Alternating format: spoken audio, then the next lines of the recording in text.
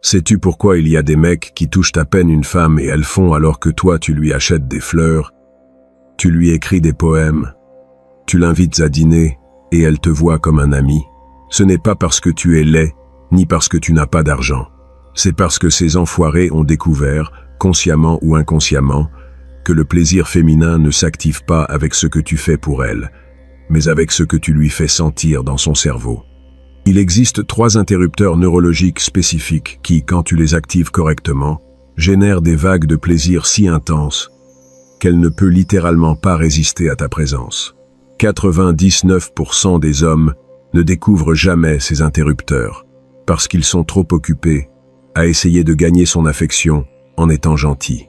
Aujourd'hui, je vais te révéler exactement comment activer chacun de ces switches de plaisir de façon à ce qu'elle devienne accro à comment tu la fais sentir. Le premier génère une anticipation qui la fait penser à toi toute la journée. Le second crée des cycles de dopamine et d'ocytocine que son cerveau interprète comme de l'amour. Et le troisième, celui-là est tellement tordu que je le garde pour la fin parce qu'il peut littéralement faire qu'une femme te supplie de la toucher sans que tu aies bougé un doigt. Mets un like maintenant parce que ce qui vient, tu ne le trouveras nulle part ailleurs. Aussi, dans les commentaires épinglés de cette vidéo, je vous ai mis à disposition le guide ultime pour maîtriser l'art de parler aux femmes. Vous y trouverez toutes les clés essentielles pour enfin communiquer avec assurance et efficacité. Alors commençons. Le premier pleasure switch est l'anticipation contrôlée, et tu as besoin de comprendre quelque chose de fondamental avant que je t'explique comment l'activer. Le plaisir humain ne vient pas du fait d'obtenir ce que tu veux, il vient du fait d'anticiper que tu vas l'obtenir. La neuroscience a démontré que la dopamine, le neurotransmetteur du plaisir, se libère en quantité maximale, non pas quand tu obtiens la récompense, mais dans les moments précédents, quand ton cerveau calcule que la récompense est proche, mais que tu ne lasses pas encore. Cela s'appelle l'anticipation de récompense. Et c'est la base de toutes les addictions. Des drogues jusqu'aux jeux vidéo jusqu'à... Oui, mon ami. L'addiction à une personne spécifique. Voici l'erreur mortelle que commettent les bêtas. Quand une femme montre de l'intérêt, ils lui donnent immédiatement tout. Disponibilité totale, attention complète, accès illimité à leur temps et énergie. Ils pensent qu'en donnant plus, ils vont générer plus de plaisir en elle. Ils sont en train de faire exactement l'opposé.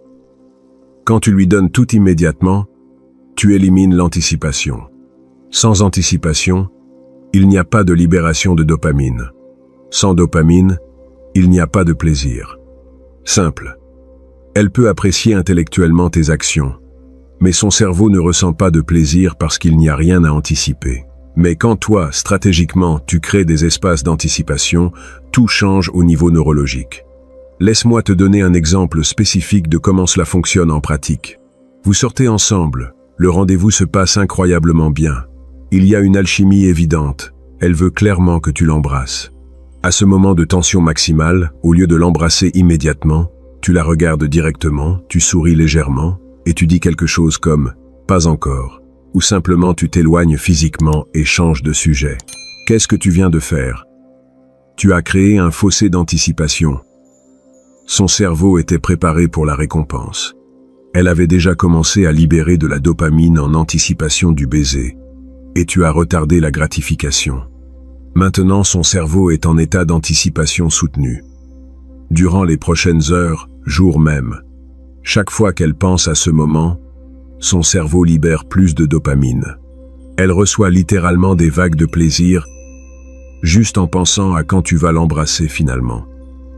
Tu as transformé un simple baiser en une source de plaisir continu qui s'étend dans le temps. Et quand finalement tu l'embrasseras, la décharge de dopamine sera exponentiellement plus grande, parce que l'anticipation a été prolongée. Cela s'applique à tout, pas seulement au baiser. Les messages textes, la vérité, sont un champ de bataille parfait pour l'anticipation contrôlée. La plupart des bêtas répondent immédiatement à chaque message, en pensant que cela montre de l'intérêt. Ils sont en train d'entraîner son cerveau à ne rien anticiper, parce qu'il sait qu'il obtiendra toujours une réponse instantanée.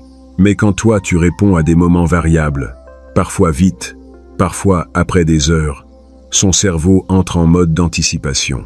Il ne peut pas prédire quand tu vas répondre, alors il surveille constamment en attendant ton message. Chaque fois qu'elle vérifie son téléphone et qu'il n'y a pas de message de toi, frustration. Mais cette frustration est simplement de l'anticipation non résolue, ce qui génère plus de dopamine quand finalement tu réponds. Les phrases et comportements spécifiques qui activent ce switch. Quand vous êtes ensemble à passer un moment incroyable, tu es celui qui termine l'interaction en premier. Je dois y aller, mais c'était vraiment bien. Tu la laisses en vouloir plus.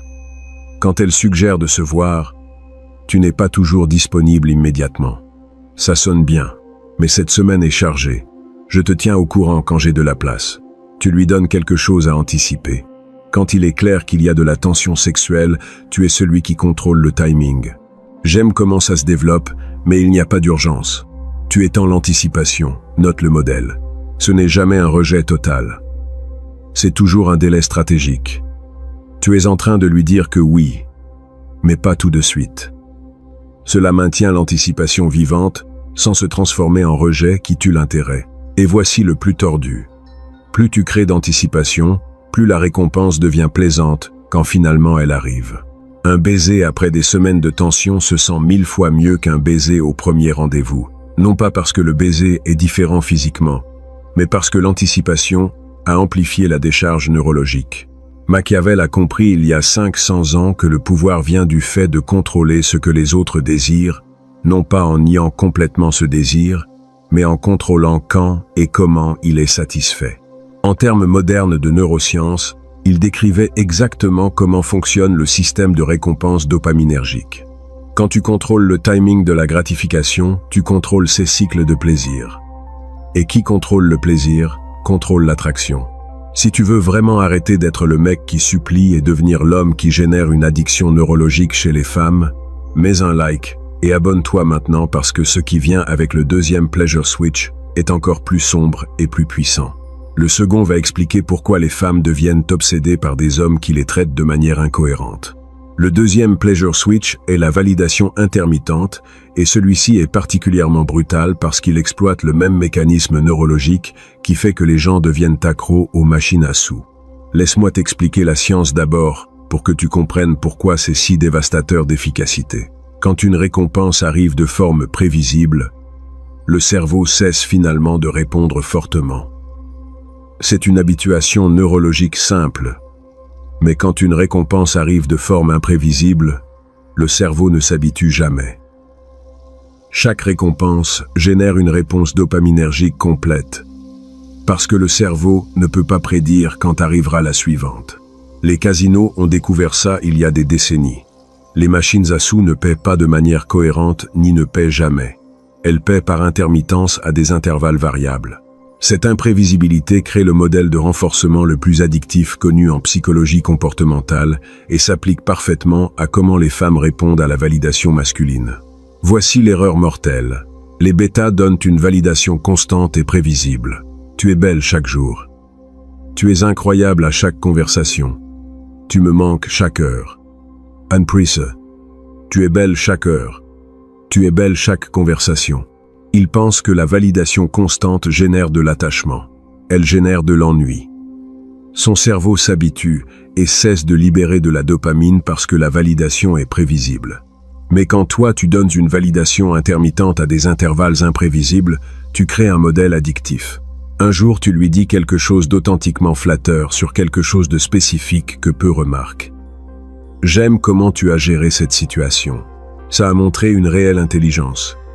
3 jours plus tard, pas de compliment, juste une interaction neutre. 2 jours plus tard, un autre compliment spécifique. Cette perspective que tu as partagée était authentiquement intéressante. Son cerveau ne peut pas prédire quand arrivera la prochaine validation. Alors il est constamment en état d'anticipation, et chaque fois que la validation arrive, impact complet de dopamine parce qu'elle n'était pas attendue. Cela devient plus puissant quand tu combines la validation avec une légère invalidation ou indifférence. Pas de la cruauté, mon ami, mais une neutralité calibrée. Elle partage quelque chose et parfois ta réponse est une validation complète. C'est exactement correct. Je ne l'avais pas vu comme ça. D'autres fois ta réponse est neutre. Intéressant. Bien que moi je le vois différemment. Et occasionnellement, Quand elle cherche clairement de la validation, tu es celui qui ne la donne pas automatiquement. Pourquoi as-tu besoin de mon opinion là-dessus? Tu connais la réponse. Cette imprévisibilité crée un cycle psychologique où elle est constamment en train d'essayer de gagner ta validation parce qu'elle ne peut pas prédire quand elle l'obtiendra. Et voici le plus sombre. Chaque fois qu'elle n'obtient pas la validation attendue, son cerveau entre en mode de résolution de problèmes. Qu'est-ce que j'ai besoin de faire différemment? Comment je gagne son approbation? Elle est en train d'investir une énergie mentale massive en essayant de déchiffrer le modèle de ta validation. Et comme le modèle est intermittent et imprévisible, elle ne le déchiffrera jamais complètement. Ça devient un projet sans fin qui consomme son attention. Les phrases et comportements spécifiques. Quand elle fait quelque chose d'authentiquement impressionnant. Validation complète et immédiate. Putain, c'était parfait. Bien joué. Quand elle fait quelque chose de neutre ou d'attendu. Réponse neutre. C'est bien. Quand elle cherche clairement de la validation sur quelque chose de superficiel, tu ne la donnes pas. Tu as vraiment besoin que je te dise ça? Quand elle l'attend le moins. Validation profonde et spécifique. Tu sais ce que je valorise vraiment chez toi? Ta façon de penser sur des situations complexes. C'est rare de trouver ça. Note le modèle. La validation est réelle quand elle arrive. Pas feinte. Mais elle n'est pas constante ni prévisible. Parfois elle arrive en torrent. Parfois en goutte à goutte. Parfois elle n'arrive pas. Cette variabilité maintient son système de récompense en état d'alerte constant. Et voici ce que la plupart ne comprennent pas. Ce modèle ne génère pas seulement du plaisir. Il génère ce que les neuroscientifiques appellent le lien à travers l'incertitude. Elle devient plus attachée à toi, précisément parce qu'elle ne peut pas prédire ta validation. Les études sur l'attachement montrent quelque chose de contre-intuitif. Les relations les plus addictives ne sont pas les plus stables. Ce sont les plus variables.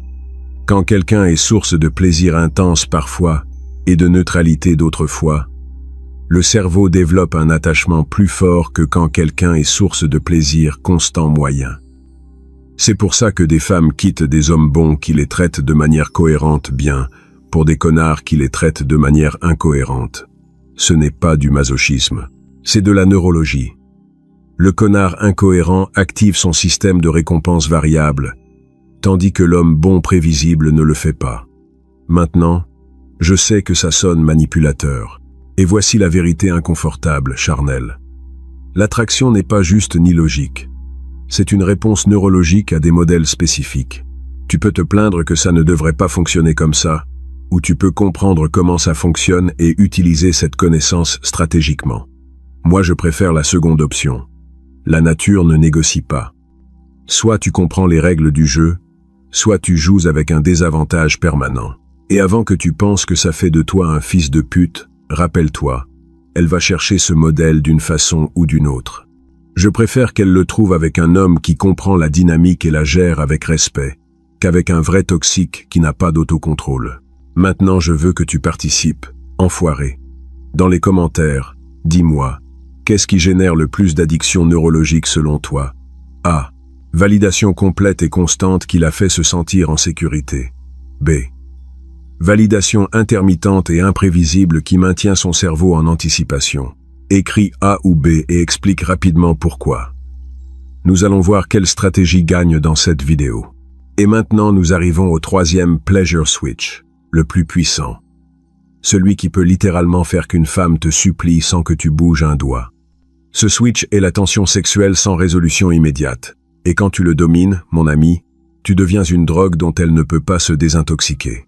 Laisse-moi t'expliquer la neurobiologie d'abord, parce que tu as besoin de comprendre exactement ce que tu es en train d'activer dans son cerveau. Quand il y a attraction sexuelle, le cerveau commence à produire une combinaison spécifique de neurotransmetteurs. Dopamine pour l'anticipation de plaisir, norépinéphrine qui augmente l'alerte et la concentration, et finalement ocytocine quand il y a contact physique. Mais voici le crucial. L'intensité de cette cascade neurologique ne dépend pas de la gratification sexuelle en soi. Elle dépend du temps que le cerveau passe en état d'anticipation sexuelle avant la gratification. Plus longue est la période de tension sexuelle soutenue, plus intense est la décharge neurologique quand finalement elle se résout. Voici l'erreur que commet 99% des hommes. Quand il y a une opportunité de sexe, ils la prennent immédiatement. Ils pensent qu'en donnant la gratification sexuelle, ils génèrent le plaisir maximal. Ils sont en train de laisser un plaisir massif sur la table parce que quand tu résous la tension sexuelle immédiatement, tu élimines la phase d'anticipation où son cerveau aurait été en train de générer du plaisir continu pendant des jours ou des semaines. Un orgasme dure des secondes. L'anticipation de cet orgasme peut durer des semaines si tu sais comment maintenir la tension sans la résoudre prématurément. Maintenant, écoute bien, parce que c'est ici que se sépare la stratégie de la cruauté gratuite. Je ne suis pas en train de dire de ne jamais avoir de sexe avec elle, ni de la laisser perpétuellement frustrée. Je suis en train de dire que tu contrôles l'escalade de la tension sexuelle de façon à maximiser le temps que son cerveau passe en état d'anticipation plaisante. Laisse-moi te donner un exemple spécifique de à quoi ça ressemble en pratique. Vous êtes chez toi ou chez elle. La tension sexuelle est évidente. Au lieu d'aller direct au but, tu escalades physiquement, mais tu t'arrêtes juste avant la résolution. Tu l'embrasses intensément, mais ensuite tu t'arrêtes et tu t'éloignes. Je veux ça, mais je ne vais pas me presser. Tu la touches de façon à l'exciter, mais tu ne la gratifies pas complètement. Tu construis la tension.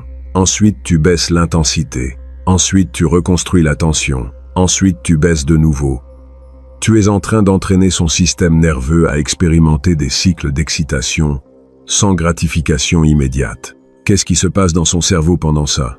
Chaque cycle d'excitation sans résolution génère une dopamine massive. Son cerveau est en boucle de « j'y suis presque, mais pas encore ». Qu'est-ce qui est l'état le plus addictif neurologiquement possible? Et voici le plus brutal. Quand finalement tu permets la résolution, la décharge de plaisir est exponentiellement plus grande parce que l'anticipation a été soutenue pendant une période prolongée. Ce n'est pas seulement un orgasme physique, c'est un orgasme neurologique que son cerveau a été en train de construire pendant des heures ou des jours. Cela s'étend au-delà de la rencontre physique. Après une session de tension sexuelle sans résolution complète, elle rentre chez elle où tu pars et maintenant son cerveau est en état d'excitation résiduelle. Durant les prochaines heures, jours même, chaque fois qu'elle pense à ce qui s'est passé et ce qui va se passer la prochaine fois, son cerveau libère de la dopamine. Tu es en train d'occuper son esprit de façon à ce que d'autres hommes ne peuvent pas rivaliser. Elle ne peut penser à personne d'autre parce que son système nerveux est complètement concentré à anticiper la prochaine fois avec toi. Machiavel a écrit que celui qui contrôle le timing contrôle le résultat. Ça s'applique parfaitement ici. Quand tu contrôles le timing de la gratification sexuelle, tu contrôles combien de plaisir anticipatoire son cerveau génère. Et ce plaisir anticipatoire crée un attachement plus fort que le plaisir réel de gratification. C'est contre-intuitif, mais c'est de la science pure. Le rat qui appuie sur un levier et obtient de la nourriture immédiatement à chaque fois finit par perdre intérêt. Le rat qui appuie sur un levier et parfois obtient de la nourriture, parfois non, devient obsessionnel avec le levier. Tu te transformes en ce levier quand tu contrôles le timing de gratification. Les phrases et comportements spécifiques. Quand la tension sexuelle est au pic, tu es celui qui contrôle la baisse d'intensité. J'adore ça, mais je ne veux pas le presser. Quand elle essaie d'accélérer vers la gratification, tu maintiens le contrôle du rythme. On a tout le temps. Quand se termine une session de tension sans résolution complète, je suis en train de penser à tout ce que je vais te faire la prochaine fois. Tu lui donnes quelque chose de spécifique à anticiper. Des jours plus tard, message inattendu. Je suis encore en train de penser à comment je t'ai vu quand. Tu ravives l'anticipation, juste quand elle commençait à baisser. Note le modèle. Il y a toujours une promesse de résolution éventuelle. Ce n'est jamais une négation permanente. Tu lui donnes la certitude que finalement ils arriveront à une gratification complète. Mais tu ne sais pas exactement quand. Cette combinaison de certitude éventuelle avec l'incertitude de timing crée l'état d'anticipation le plus plaisant possible. Et voici ce qui la différencie de la manipulation cruelle. Quand finalement tu permets la résolution complète, tu la gratifies de façon à ce que ça surpasse toute l'anticipation. Tu n'es pas en train de lui nier le plaisir. Tu es en train d'amplifier le plaisir au moyen de l'anticipation étendue.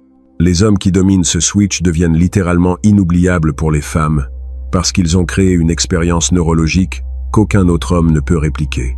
La plupart des hommes donnent une gratification rapide et prévisible. Toi, tu donnes des cycles d'anticipation soutenus, suivis d'explosions de gratification. Son cerveau n'a jamais expérimenté quelque chose comme ça avec personne d'autre. Tu deviens le standard contre lequel elle compare tous les autres hommes. Et tous les autres échouent parce qu'ils ne comprennent pas la neurologie. Et ici vient la partie finale, la plus importante. Quand tu combines les 3 pleasure switch, anticipation contrôlée, validation intermittente et tension sexuelle sans résolution immédiate, tu crées ce que les neuroscientifiques appelleraient un état d'addiction comportementale complète. Son cerveau est en train de recevoir de la dopamine de multiples sources, simultanément. Il est en train d'anticiper ton attention. Il est en train d'anticiper ta validation. Il est en train d'anticiper la gratification sexuelle. Chaque zone de son système de récompense est activée et concentrée sur toi.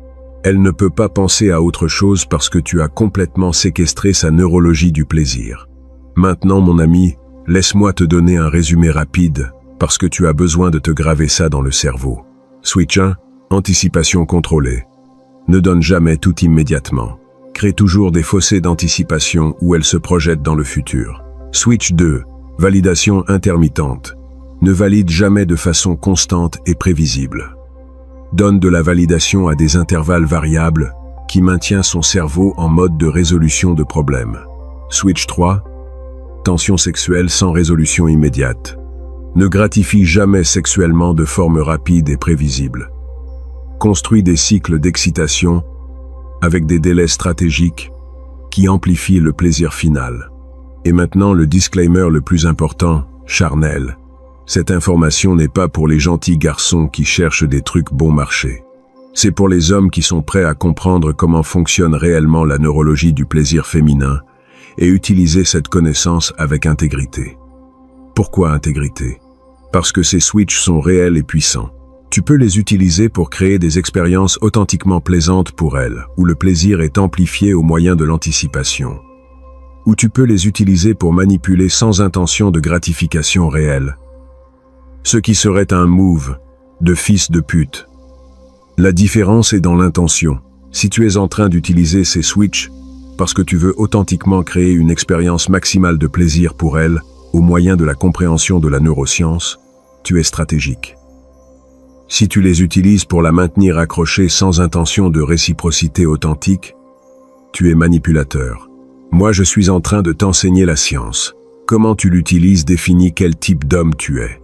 La plupart des hommes sont si incompétents à générer le plaisir féminin que les femmes se contentent d'expériences médiocres. Quand tu domines ces switches, tu leur donnes des expériences qu'elles ne savaient même pas possibles. Machiavel a clôturé Le Prince en argumentant qu'il vaut mieux être efficace qu'être moralement supérieur, mais inefficace. Dans les relations, tu peux être l'homme bon qui traite bien les femmes, mais ne génère pas d'attraction réelle parce qu'il ne comprend pas leur neurologie, ou tu peux être l'homme efficace qui comprend exactement comment fonctionne leur système de plaisir et crée des expériences qui la font te choisir par-dessus tous les autres. Il n'y a pas de neutralité ici, enfoiré.